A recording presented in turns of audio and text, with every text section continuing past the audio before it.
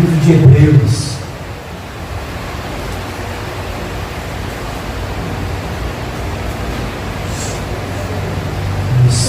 A carta de Paulo aos Hebreus, né?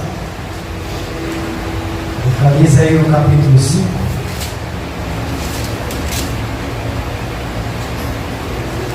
Capítulo 5 de Hebreus, versículos do 5 ao 9.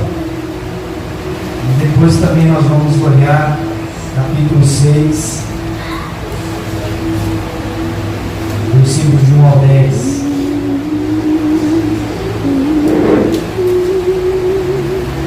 Amém?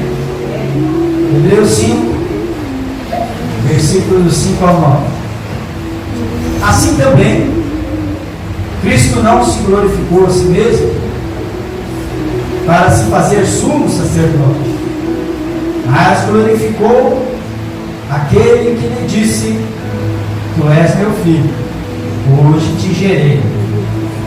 Como também diz no outro lugar: Tu és sacerdote eternamente, segundo a ordem de Melquisedeque, o qual nos dias da sua carne, oferecendo com grande clamor e lágrimas, orações e súplicas ao que o podia livrar da morte, foi ouvido quanto ao que temia. Ainda que era filho, glória a Deus, aprendeu a obediência por aquilo que padeceu. E sendo ele consumado, veio a ser a causa da eterna salvação para todos que obedecem. Seguindo o capítulo 6, versículo 1 em diante: Pelo que deixando os rudimentos da doutrina de Cristo, prossigamos até a perfeição, não lançando de novo o fundamento do arrependimento de obras mortas e de fé em Deus, e da doutrina dos batismos, e da imposição das mãos, e da ressurreição dos mortos, e do juízo eterno. E isso faremos, se Deus o permitir, porque é impossível que os que já uma vez foram iluminados e provaram o dom celestial e se fizeram participantes do Espírito Santo e provaram a boa palavra de Deus e as virtudes do século futuro e recaíram, sejam outra vez renovados para arrependimento. Pois assim, quanto a eles, de novo crucificam o Filho de Deus e o expõem ao vitupério. Porque a terra que embebe a chuva e cai, e produz erva proveitosa para aqueles que, por quem é lavrada, recebe a bênção de Deus. Mas a que produz espinhos e abrolhos é reprovado, e o perto está na maldição, e o seu fim é ser queimado.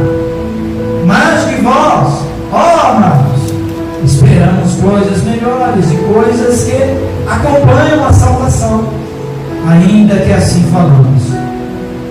Porque Deus não é injusto para se esquecer da vossa obra e do trabalho da tua caridade, que, para com o seu nome, mostrastes, enquanto servistes aos santos e ainda serves. Amém? Louvado seja Deus. Até aqui. Pai, mais uma vez, Senhor Deus, nos encontramos, ó Deus, nessa situação aqui, Pai, de transmitir, Pai, a tua palavra, Deus, a mensagem do teu alto trono, Deus, para o coração deste povo, mais uma vez. Pai, o tema está aqui. O que foi proposto, Pai, no meu coração está aqui, Senhor, diante dos meus olhos. Pai, mas o que o Senhor quer revelar a todos esses, meu Deus, que recaia sobre nós agora, e que o Espírito Santo nos conduza, Senhor, pela tua visão sobrenatural, para que alcancemos graças, Senhor. Em nome de Jesus, amém. Amém? Amém, Jesus. Sentem-se, por favor.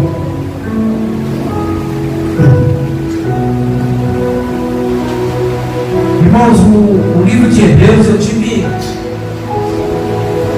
observando e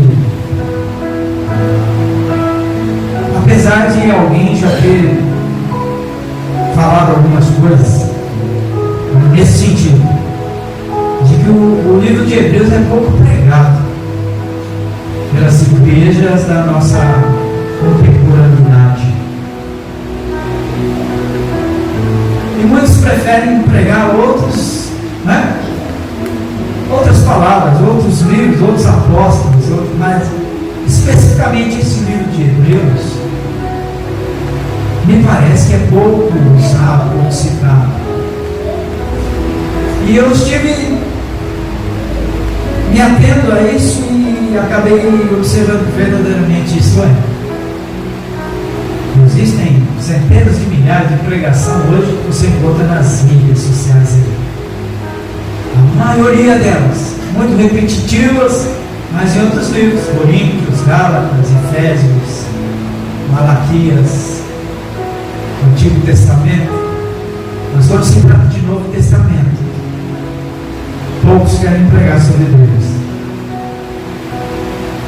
E eu estive observando tudo, e eu vi porque aqui descreve uma característica muito determinante para a vida espiritual do crente, principalmente da nossa geração. Olhando aqui pelo binóculo, né, pela lente do binóculo dado por Paulo aqui, pelo horizonte mostrado aqui por Paulo, quando escreve isso aos Hebreus. E a gente observa e hoje olha pela janela do nosso horizonte, né, da nossa paisagem social, e a gente vê verdadeiramente. Mas não se enrolar, não se complicar com o Espírito Santo, não se enrolar, muitas vezes com a nossa posição diante de Deus, diante da igreja, melhor não pregar. Porque aqui a gente acaba entrando numa profundidade espiritual, a qual Paulo revela aos da época, dizendo que o sentido pelo qual, às vezes, na leitura, a gente observa no capítulo 6, que parece que, pelo que deixando os rudimentos da doutrina de Cristo, ou seja, né, deixando de lado, esquecendo um pouquinho aqui, vamos avançar numa outra doutrina? Não é isso que Paulo está dizendo. Paulo está dizendo assim, para que nós não ficarmos estagnados simplesmente nos rudimentos básicos: arrependimento, confissão de pecados, né? Crer em Jesus Cristo como Filho de Deus, como nosso suficiente Salvador, a prática da caridade, do amor, o cuidado, do zelo, não só com os da igreja, os da congregação, mas com todos os necessitados. Paulo está dizendo para não ficarmos só metidos nisso. Porque nós vamos fazer somente a campanha que deve ajudar pobres e favelados, e todos precisam de ajuda. Sim, precisam de ajuda, mas eles precisam deixar de ser pobres e favelados. Porque nós precisamos levar uma mensagem de amor, de ressocialização para os drogados, para os dependentes, para os viciados, para os alcoólatras, para as prostitutas, para os que se prostituem, né? Para os que estão aprisionados. Sim, precisamos, é necessário. O Evangelho tem motivações e razões para que nós façamos isso. Sim, é necessário fazer. Mas eles não podem continuar sendo drogados, viciados, alcoólatras. Eles precisam avançar. Não precisamos ficar falando cotidianamente ou mês a mês sobre as mesmas questões. Nós precisamos avançarmos. Porque Paulo está dizendo, não fiquem só nesse rudimentozinho, porque hoje eu aceitei a Cristo, fui batizado, glória a Deus, estou salvo. Não, você tem que avançar mais. O propósito aqui é para que nós não fiquemos estagnados. Aí no capítulo 5 eles falam sobre a ordem de Melquisedeque. Quem foi Melquisedeque? Um camarada meio, assim. A Bíblia não descreve a origem, a Bíblia não descreve quem é o pai, quem foi a mãe, onde ele nasceu, quando nasceram. Só diz assim que ele era um rei de Salém, Então, Salém, naquela ocasião do Abraão lá, era a época do Abraão, era o local onde se estabeleceu logo depois Jerusalém, mas antes era conhecido como Salém, e a Bíblia só relata isso, Gênesis 14, no capítulo 14, fala desse encontro.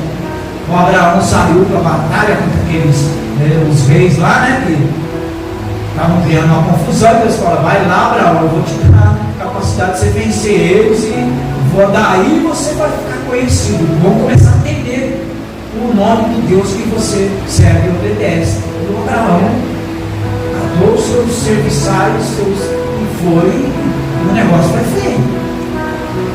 Não sei quantos dias levou isso, quantos meses levou essa campanha militar. Abraão venceu, e quando Abraão vem voltando, encontra-se com o rei de Salém, que também era sacerdote do Deus Altíssimo. Olha que maravilha isso. O cara não tinha origem, ninguém sabia quem era o pai, quem era a mãe, onde nasceu, que idade tinha, mas simplesmente a Bíblia revela que ele era rei de Salém, e era sacerdote do Deus Altíssimo. E quem era o Deus Altíssimo? O Deus que falava com Abraão. E o Abraão, então, porque quem vencia a batalha ficava com todos os bens. Sim ou não? A gente escreve no Antigo Testamento, não é? Você não vê uma batalha enfrentada por nenhum dos reis que, quando vencida, não ficava com despojo, que eles falam, não é? Uma outra ocasião que Deus falou assim: vai vencer, mas não toque em nada, nada daquilo não me interessa, é nada. Todo mundo conhece mais ou menos essa história, né? E teve um camarada lá que quis pegar algumas coisinhas para ele, Mas fora isso, normalmente os bens eram todos de quem vencia. O Abraão venceu quantos? Quantos reis? 5 reis. Imagine o dote, o que Abraão arrecadou ali. Então Deus começa a engrandecer Abraão. E o Abraão, ele oferece o dízimo e entrega o rei de Salém. O rei de Salém não precisava, não, mas o rei de Salém era sacerdote também. O Abraão então faz isso. Amém? E aí se estabelece então essa questão do sacerdócio, real, de alguém que representa Deus de uma forma diferente de um rei. Ele então se estabelece ali como sacerdote de Salém, e Abraão oferece um dízimo para ele. Começa ali então uma história de confiança. Deus começa a olhar a Abraão e falar: eu não me engano, eu nunca me engano. Abraão vai ser o que eu disse que vai ser, porque ele concebeu isso dentro dele. Amém? E aí o Paulo escreve aqui, relembrando isso, para mostrar para nós que mesmo ele sem uma genealogia, sem alguém descrever aqui, ou ficar sabendo quem era a mãe, o pai do Melquisedeque, a origem dele, onde ele nasceu, mas sabia que ele era rei e sacerdote. Aí Paulo escreve assim, ele naquela época prefigurava Jesus Cristo. Amém? Amém.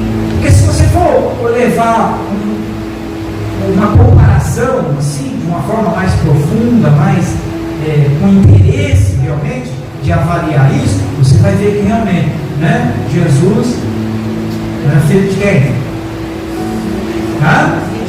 De Deus, Tem muita gente que fala que era filho de José, não é? Ele era filho de Deus. Amém? Amém? Amém. Todo mundo concorda com isso? Filho de Deus. Concebido no ventre de Maria Virgem, que não era casada ainda, não tinha esposa. Ou tinha? Então Jesus, ninguém conhecia o pai de Jesus. Conhecia? Não. Ninguém via, ninguém sabia quem era.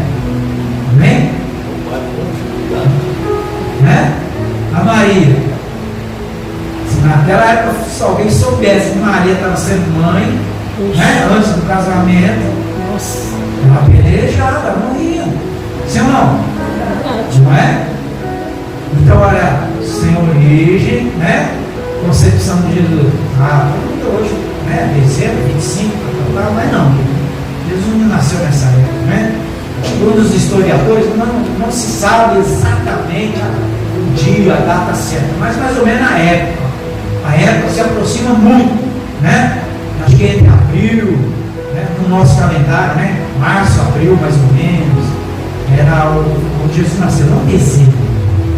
Dezembro, 25 de dezembro, era a festividade de uma divindade romana lá no passado.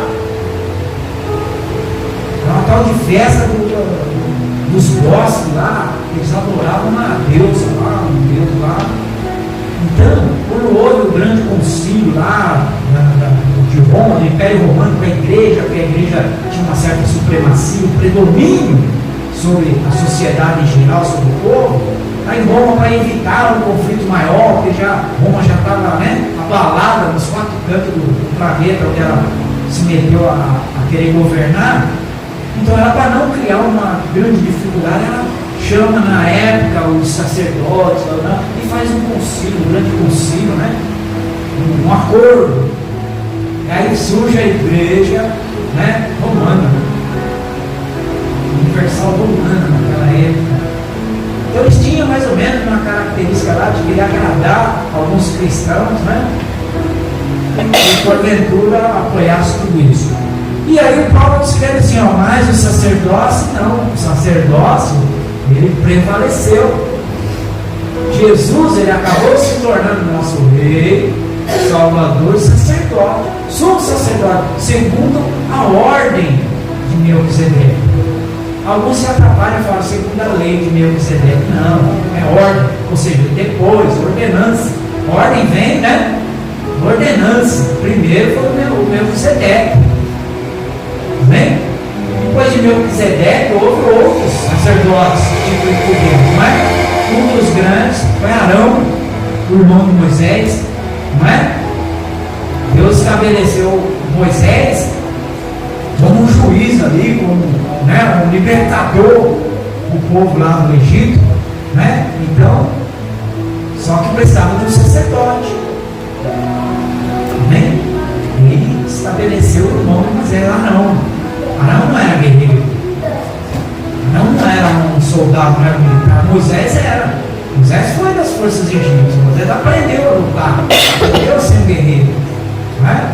Tinha sangue nas mãos, porque matou um egípcio. Então não podia ser sacerdote. Entendem? Então o sacerdote veio vindo nessas condições. Até quando chegou na época dos levitas, né? Da ordem levítica. Amém? Aí se estabeleceu então os cuidados do sacerdócio, o cuidado com essa questão dos levíticos. Mas até aqui, só que o sacerdócio real, que pertence a Cristo, é eterno, gente. Né? Paulo está ensinando aqui que é eterno.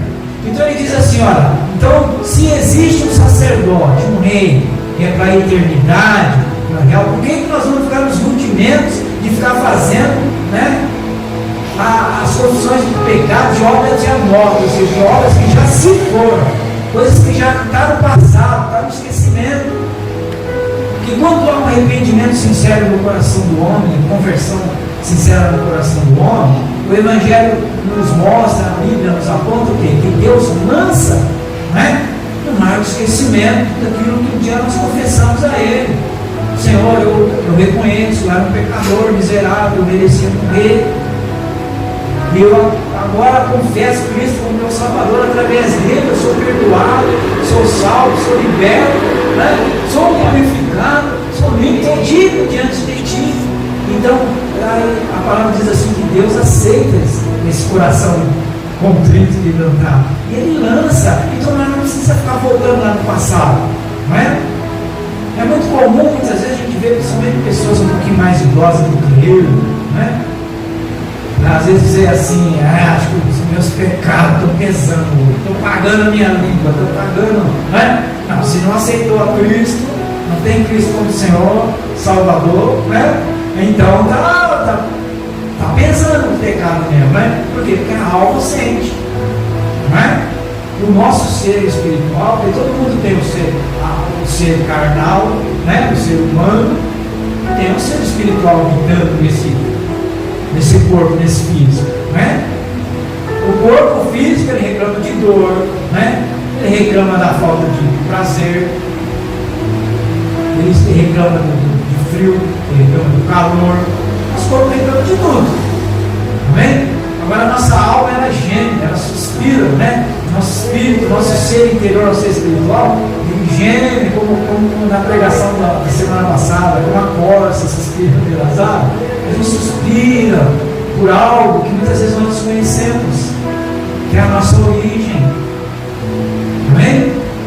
E a nossa origem está oculta aos olhos carnais, aos olhos humanos, está oculta. E quando nós falamos que nós somos feitura de Deus, né? Feitura de criação de Deus, e mais semelhança de Deus, a gente sempre encontra algum ou outro, né? Que acha que estudou mais que a gente, que aprendeu mais do que a gente, fala, não, eu vim do macaco, só se foi você, porque eu não. Eu sou mais semelhança de Deus, nasci do ventre de uma mulher que também foi criada, e mais semelhança de Deus, né? Como eu dizia aqui, obra perfeita de Deus, maravilhosa de Deus. Eu sou dessa origem, né? Agora que eu era uma ameba e flutuou no mar durante muito tempo, dizendo que chegou na praia, né? Tomou a luz do sol, aí desenvolveu uma caudinha, uma patinha, uma nadadeirinha, criou uns olhinhos, depois saiu rastejando. Né? Depois de algum tempo começou a subir em árvore e depois aprendeu gente, é mais fácil acreditar na Bíblia, sim ou não? A Bíblia parece que convence infinitamente mais. E aí Hebreus, ele diz assim, que é impossível que outra vez sejam renovados. De quem ele está falando? Um dos que abandonam a fé. Naquela época, gente, tão perto, olha, tão próximo do advento da cruz, do Calvário, que isso aqui, gente, foi mais ou menos, foi no primeiro século. Vamos dizer assim, foi tudo escrito, os livros, tudo isso que está aqui, no primeiro século, logo após a morte de Cristo. Então não era tanto tempo de distância da cruz. E hoje nós estamos há quanto tempo da cruz? Me fala. 2026 anos, né? Se naquele acordo do concílio lá, esconderam alguma data, né? Não fizeram uma abreviação na data. Mas nós estamos em 2026 anos depois do Calvário. E a gente fala disso, irmão, e a gente sente a chama do Espírito acender na alma. A gente sente alguma coisa diferente ao ouvir essas coisas. A gente acaba percebendo que existe algo mais que nós precisamos aprender, alcançar no conhecimento na relação com a igreja. E às vezes, muitas vezes, estamos muito preocupados aqui, aí está ensinando a pessoa a ser obediente às doutrinas humanas. As doutrinas que coordenam, que elaboram bom desenvolvimento, bom entendimento dentro da igreja, da instituição. E não dentro do próprio corpo espiritual de Cristo. Por isso que Paulo fala assim, que prossigamos no aprendizado, não vamos ficar presos aos rudimentos, às coisinhas básicas, sintam fome, sintam desejo de se alimentar e buscar mais, aprender mais, amém? E às vezes parece que a gente ouve muita gente que quer ensinar demais, que quer ensinar, mas quer prender as pessoas numa certa doutrina, numa certa direção, não sei porquê, parece que tem medo de Cristo vir rápido e arrebatar todo mundo, e de repente ficar para trás, porque ele quer ficar bastante tempo, né, no ministério, ele quer ficar bastante tempo na igreja, ou talvez no poder, ou talvez no conforto. Que hoje tem igreja que dá muito conforto para muitos pastores, sim ou não?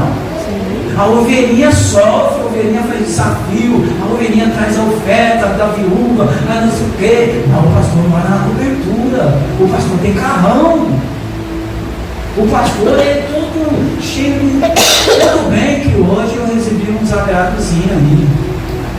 Louva a Deus pelo carinho e pelo amor de vocês que me presentearam. Aceito de todo o coração. Mas sabe o que me alegra mais?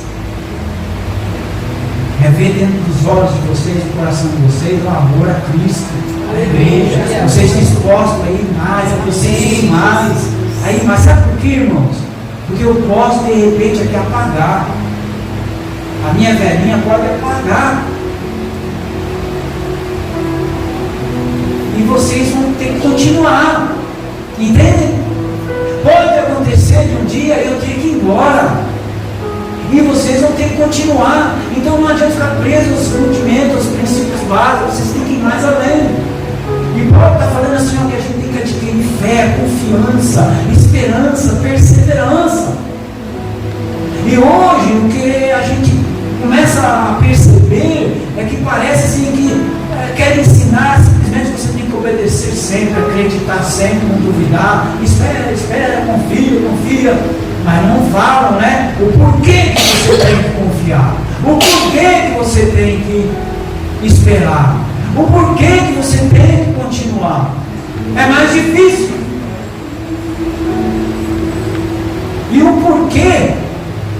Sabe aquela dúvida da criança? Que você fala assim para a criança, olha, não põe o dedo aí na tomada não. Não é? Criancinha às vezes gatinha em casa, vê lá a tomadinha. Primeira coisinha que ela, né, vai querer pôr o dedinho lá. Aí você fala, não bota o dedinho aí não. Né? Aí ele cresce. E volta para tomar de novo. Você fala, não bota o dedo aí. Aí ele já tem, dentro da memória dele, vocês dois aí devem entender bem disso. A percepção, né? E começa a ter o discernimento. Aí não basta você dizer, não põe o dedo aí. Ele vai perguntar para você o quê? Por quê? Aí a gente diz hoje para o jovem, tem que aceitar a Cristo, tem que se arrepender dos pecados. Você tem que largar essa vida promíscua, você tem que largar a droga, você tem que largar o vício, você tem que... Né? Aí a gente diz, mas por quê? E a gente vai dizer o quê? Se a gente está no rudimento, a gente está ensinando o básico, a gente está ensinando o rudimento. Que nós aprendemos,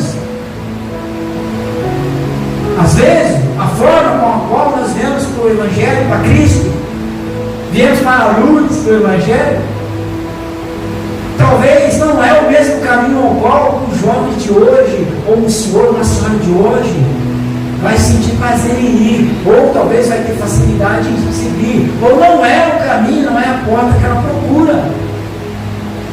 Então a gente tem que ensinar o porquê temos que confiar em Cristo. Por quê? Percebe? Por que confiar em Cristo? Por que ser crente? Por que ter um coração arrependido? Convicção. É a verdade, a vida. Entende? Então o que Paulo está falando é isso. Vocês que pregam, vocês que ensinam, o que ele diz para Timóteo? Timóteo, não desista, tome cuidado. Tome cuidado com aqueles que causaram muitas dores para mim. Eles vão ficar por aí também. Mas dê um exemplo, seja fiel. Dê exemplo. Seja um exemplo. Então a gente não precisa ser igual aos outros. Amém? Que às vezes bate no coração da gente, irmãos. Eu no comecinho da minha conversão, aí eu queria ser igual o pastor tal. Se é um pastor que eu muitas vezes sinto ele, mas primeira vez que eu tive um contato com ele, da forma com que ele pregava o Evangelho, da forma que ele se comportava, da forma que ele andava, da forma que ele entrava. Algumas vezes ele entrou na minha casa, mas da forma que ele entrava, da forma que ele ia embora, irmão, eu queria ser igual a ele. Não, eu queria ser um crente. Ah, não, já que eu vou ser crente, eu quero ser um crente assim. Mas a gente não sabe o que é. Amém? Se alguém não disser para a gente o porquê que temos que ser assim. Não é porque eu quero ser assim, mas eu tenho que entender Por que tem que ser assim? Amém? Então o que Paulo está tentando ensinar aqui é isso, irmãos. Olha o que ele diz no capítulo 7. Porque este Melquisedeque, que era rei de Salém, sacerdote do Deus Altíssimo, e que saiu ao encontro de Abraão quando se regressava da matança dos reis, o abençoou, a quem também Abraão deu o dízimo e tudo que primeiramente por interpretação, rei de justiça, e depois também rei de Salém, que é rei de paz. Então primeiro, a gente tem que aprender justiça. Amém? A gente tem que ensinar que o porquê aceitar a Cristo. Por que acreditar em Cristo? Porque Cristo é a nossa justiça. Amém? Cristo é a nossa justiça diante de Deus. Porque sem Cristo, sem cruz, Deus ia mandar o dilúvio de novo para ter certeza. Se não fosse dilúvio, seria sarada, igual Sodoma e Gomorra. Sabe por que nós não somos banidos da terra? Porque essa geração não é consumada em fogo e enxofre como Sodoma e Gomorra, por causa da cruz, por causa de Cristo, por causa da justiça. Ele se fez injusto no nosso lugar. Irmãos, olha que coisa maravilhosa é isso. E isso ele fez com grande clamor e lágrimas.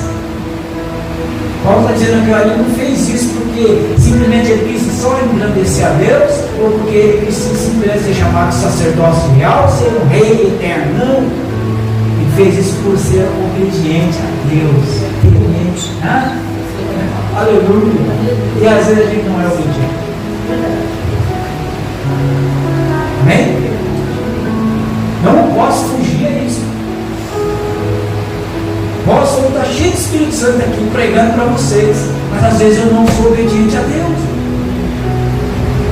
Às vezes tem coisas que a gente não quer obedecer, irmãos. Sim ou não? Sim. Você, né? Como Paulo diz lá, capítulo 11 de Coríntios, lá, né? Examine-se, pois, o homem em si mesmo. A gente quando se autoavalia, a gente quando se autoexamina, a gente vê que a gente não foi avançou nada quando desde a conversão. Você já parou para pensar nisso? Isaías vai chamar a gente de verme, né? Você já parou para pensar nisso, irmãos? Outro dia eu chorei sozinho lá em casa, porque eu falei, Senhor, eu não fui para lugar nenhum ainda. Não estou dizendo de viagem, não estou falando de progresso, não estou falando de riqueza, não, estou falando espiritualmente, de vivência de fé. Senhor, eu ainda não fui para lugar nenhum. Eu estou nos rudimentos. E a gente canta, né? Quero ir mais fundo, quero que fundo. Ai, como é difícil no fundo, gente. Eu já comecei a ler livros, comecei a ler um monte de coisa. Já até tentei numa época começar a teologia. A gente parecia que não acrescentava nada. Traz informação, traz muita, bastante informação. Mas transformação na alma, no espírito não vem. Porque está muito ligado à nossa humanidade. Sabe por que os médicos hoje falham muito? Porque eles se atêm somente aos livros. Somente o que foi escrito. Somente o que foi. Eles não se atêm mais às vivências. E olha que diz que tem aquele período lá de, como é que fala? Residência, né? De residência. Ou seja, ter contato com os casos, ter contato com as dificuldades, com os negócios, né? Mas o médico hoje não sabe o que é. Ele descobriu uma catapora, um sarampo. Alguns falam, mas isso não existe mais, você já foi. Não, gente, ainda tem. É muito raro, mas ainda tem. E às vezes quando acontece, muitas crianças morrem porque não descobriram que era um sarampo, não descobriram que era uma catapora. Aí toca bezetacil, toca não sei o que, um monte de coisa que antigamente a gente não tomava nem vento. Sim ou não? Está com catapora, não vai pro vento. Está com sarampo, não sai no sol, não fica no vento. É ou não é? Fica em casa, não pula corda. Não pula amarelinha, descansa, né? Cachuva. Sim, sim. Outro dia eu fiquei sabendo de uma história de uma menina que teve cachumba. Aí todo mundo ficou, menina, mas é mais comum menino, né? Menino é muito mais comum, menino é muito raro que cachumba. Aí não descobri que era cachumba. Mandaram a menina para uma cirurgia. Quase mataram a menina na cirurgia. É que na hora do sufoco, na hora do sufoco, veio um especialista e falou: essa menina estava com uma cachumba, é raro, eu estava com uma cachumba e vocês vão matar ela se vocês continuarem esse procedimento. Estavam querendo tirar o bronco da menina. A medicina de hoje.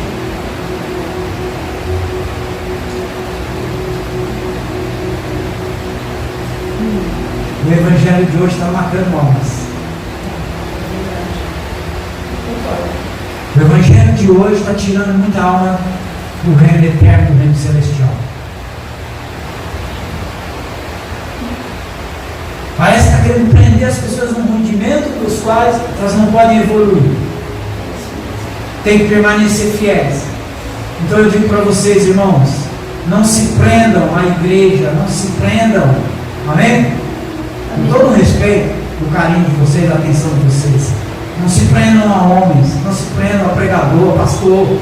Sejam amigos, sejam leais, verdadeiros, companheiros, participantes, amém? Mas não os tenham como algo mais especial do que Cristo, do que Jesus. Por favor. Tem gente que vê usando homens e mulheres nos púlpitos por aí. Não façam isso. Paulo, em certa ocasião, se preocupou muito com isso, não é? Não fiquem brigando aí que eu sou de Paulo, que eu sou de Apolo, pelo amor de Deus, gente. Né? Sejam de Cristo. Aleluia. Amém? Sejam notórios nisso. E exemplo de fé, irmão, mas de vós, amados. Versículo 9, nós esperamos coisas melhores. Olha o que Paulo está dizendo aos Hebreus. E o que é que eu posso dizer para vocês nos dias de hoje? Eu espero coisas melhores de vocês, irmãos. Aleluia. Hoje eu ainda estava lá dando uma reavaliada na palavra. Porque a gente tem que fazer isso, Senhor. Será que é isso mesmo? Mas aí eu já ouvi alguém começando o culto, orando o culto. Isso. É isso. Eu não estava lá ouvindo aqui gente falar de preço de arroz, de café, de feijão. De repente eu comecei a ouvir gente orar. Comecei a ouvir. É isso. Amém? Amém. Sair dos primórdios do rudimento. Porque sempre foi assim, né? Porque tradicionalismo de igreja, de congregação, é sempre assim, não é? Somente assembleando, vai, né? Oração, vai? Louvores, testemunho, depois a palavra é correndo, aí vem os recados, aí depois os irmãos ficam 2 horas conversando na outra igreja. E não muda, é sempre os mesmos. Na hora de avançar mais, por que eu estou aqui? Por que você veio aqui? Porque Cristo é a tua busca, porque Cristo é o teu objetivo maior. Amém? E é isso que a gente tem que estar preparado, porque às vezes as pessoas vão perguntar. Amém? Se vocês me perguntassem, talvez hoje ou ontem, pastor, por que devemos permanecer fiéis, acreditando em Cristo, esperando em Cristo? Talvez ontem eu não soubesse dizer para vocês.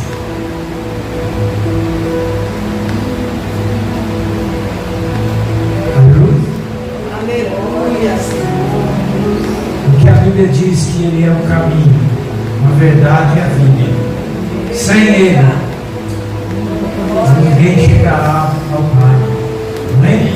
Porque Ele diz: olha, eu sou a luz do mundo, enquanto estou no meio de vós. Ele disse para os discípulos: agora quando eu sair, vocês vão ser luz e sal do mundo. Entende a nossa responsabilidade? Para que eu vou ficar prendendo vocês no movimento? Por que eu vou ficar prendendo vocês aqui numa campanha para tentar resgatar, salvar alguém que não quer ser resgatado, não quer ser salvo? Olha o que ele diz lá, para nós encerrarmos. Aqueles que se afastam de Cristo após receber a sua graça estão simbolicamente, crucificando de novo o Filho de Deus.